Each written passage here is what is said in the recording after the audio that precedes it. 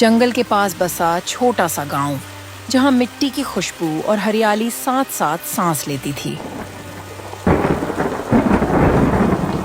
इसी गांव के किनारे रहता था किसान धन्नू। धन्नू के लिए बारिश सिर्फ पानी नहीं थी, वह उसकी उम्मीद, उसकी मेहनत और उसके परिवार के भविष्य की कहानी थी।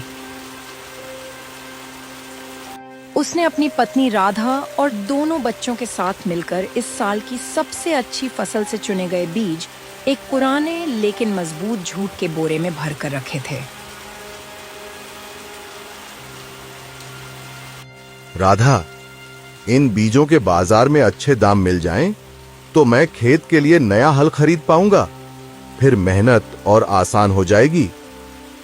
हाँ धन्नू, हमने बहुत मेहनत से ये बीज उगाए हैं। एक एक को चुनकर अलग अलग किया है। इनके अच्छे दाम तो हमें मिलने ही चाहिए। कल मैं बाजार जाऊंगा, इन बीजों को बेचकर अपने खेत के लिए नया हल ले आऊंगा। भगवान तुम्हारा साथ दे धन्नू। नया हल आएगा तो खेत भी हंसेंगे।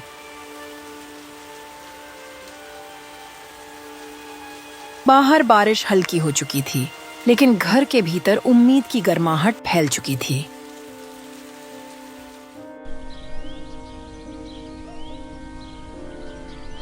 अगले दिन तड़के सुबह धन्नू बीजों से भरी भारी बोरी लेकर खड़ा था। सावधानी से जाना धन्नू, और दाम ठीक से तय करके ही सौदा करना। चिंता मत कर राधा, आज मेहनत का सही मोल मिलेगा। उसने बीजों से भरी भारी बोरी कंधे पर रखी और वह कच्चे रास्ते से होता हुआ जंगल के किनारे किनारे बाजार की ओर चल पड़ा।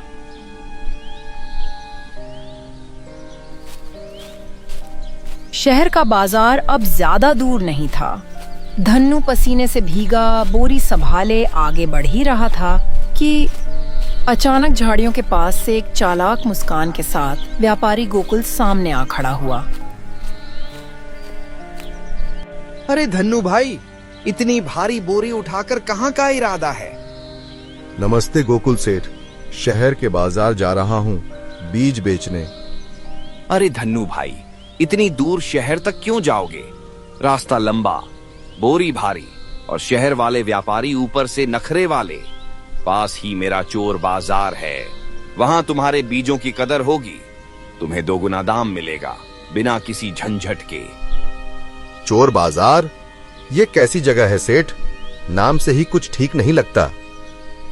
अरे धन्नू भाई, नाम पर मत जाओ। यहाँ बिना झंझट के सौदा होता है, दाम भी शहर से दोगुना मिलता है। ठीक है सेठ, आप इतना कह रहे हो तो मैं आप पर भरोसा करके चोर बाजार चल देता हूँ।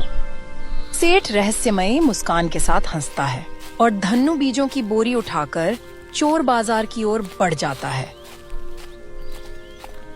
धन्नू चोर बाजार की दुकान पर पहुंच जाता है। वहां चारों ओर अजीब सी चहल पहल थी। भैया, मुझे गोकुल व्यापारी ने यहाँ भेजा है। अरे आओ आओ भैया, ये तो गोकुल व्यापारी की ही दुकान है। मैं अपने खेत के बढ़िया बीज बेचने आया हूँ। बताइए, इसकी कीमत क्या होगी? आप सही जगह आए हैं। इन बीजों के बदले मैं आपको 10 चांदी के सिक्के दूंगा। अरे वाह, ये तो बहुत अच्छी कीमत है। इसमें तो मैं आराम से अपने खेत के लिए हल खरीद पाऊंगा। धन्नू बीज बेच देता है, सिक्के लेता है। बीज बेचकर और पैसे लेकर धन्नू चोर बाजार से निकल पड़ता है। नया हल खरीदने की खुशी उसके चेहरे पर साफ झलक रही थी।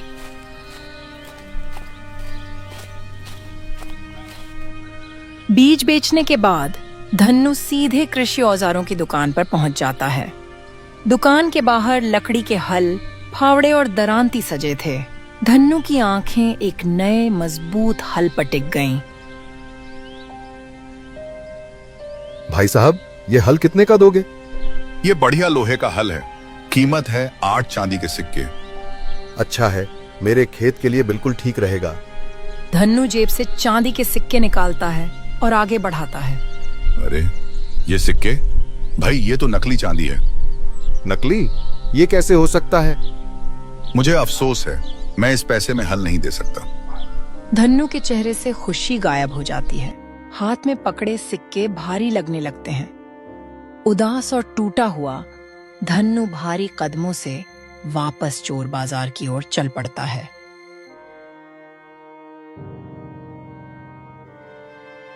धन्नु चोर बाजार पहुंचता है।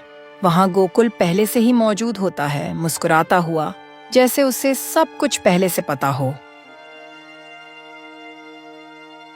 गोकुल, तुमने मेरे साथ धोखा किया है। अरे धन्नु भाई, ऐसा क्यों कह रहे हो? ये देखो, ये सिक्के नकली हैं। इन्हीं पैसों से तुमने मेरे बीज खरीदे थे। भाई, मैंने तो तुम्हें पूरा पैसा दिया था। अब ये नकली कैसे हो गए? इसकी जिम्मेदारी मेरी कैसे? मेरी साल भर की मेहनत थी वो बीज। तुम्हारी मीठी बातों में आकर सब गवा बैठा। हाँ, अब जाओ यहां से और हमारा टाइम खराब मत करो, नहीं तो अपने आदमी बुलाकर यहीं पिटवा दूंगा। धन्नु चुपचाप सिर झुकाए वहां से चला जाता है। धन्नु धीरे धीरे अपने घर पहुंचता है। आंगन वैसा ही था, लेकिन उसके कदमों की आवाज में अब थकान और हार छिपी थी। आ गए धन्नु? हल्ले आए क्या? क्या हुआ? इतने उदास क्यों हो? राधा, मैं धोखा खा गया। धोखा? कैसा धोखा? गोकुल व्यापारी ने हमारे सारे बीज ले लिए और बदले में मुझे नकली सिक्के दे दिए। ये तो बहुत बुरा हुआ धन्नु, लेकिन घबराओ मत। तुम अपनी फरियाद लेकर राजा के पास जाओ, वो जरूर कोई हल निकालेंगे।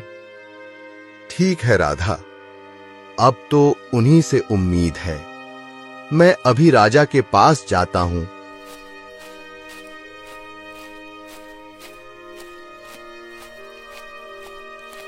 धन्नु हिम्मत जुटाकर महल की ओर चल पड़ता है। वह राजा के दरबार में पहुंच जाता है।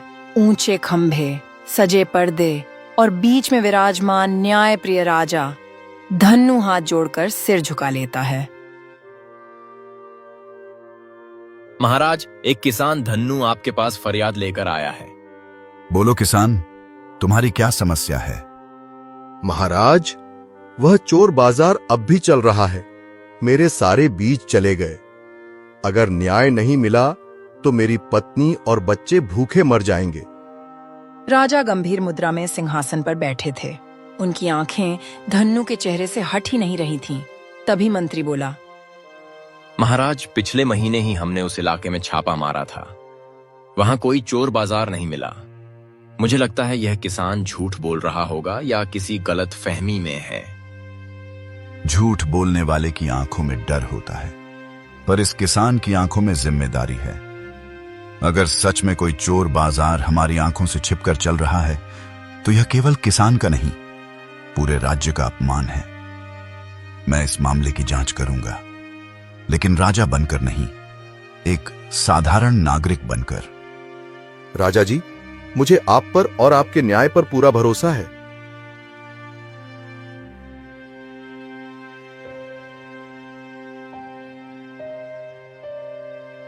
अगले दिन सुबह सुबह राजा ने अपने राजसी वस्त्र उतार दिए। उन्होंने साधारण कपड़े पहन लिए, सिर्फ एक आम आदमी का भेष।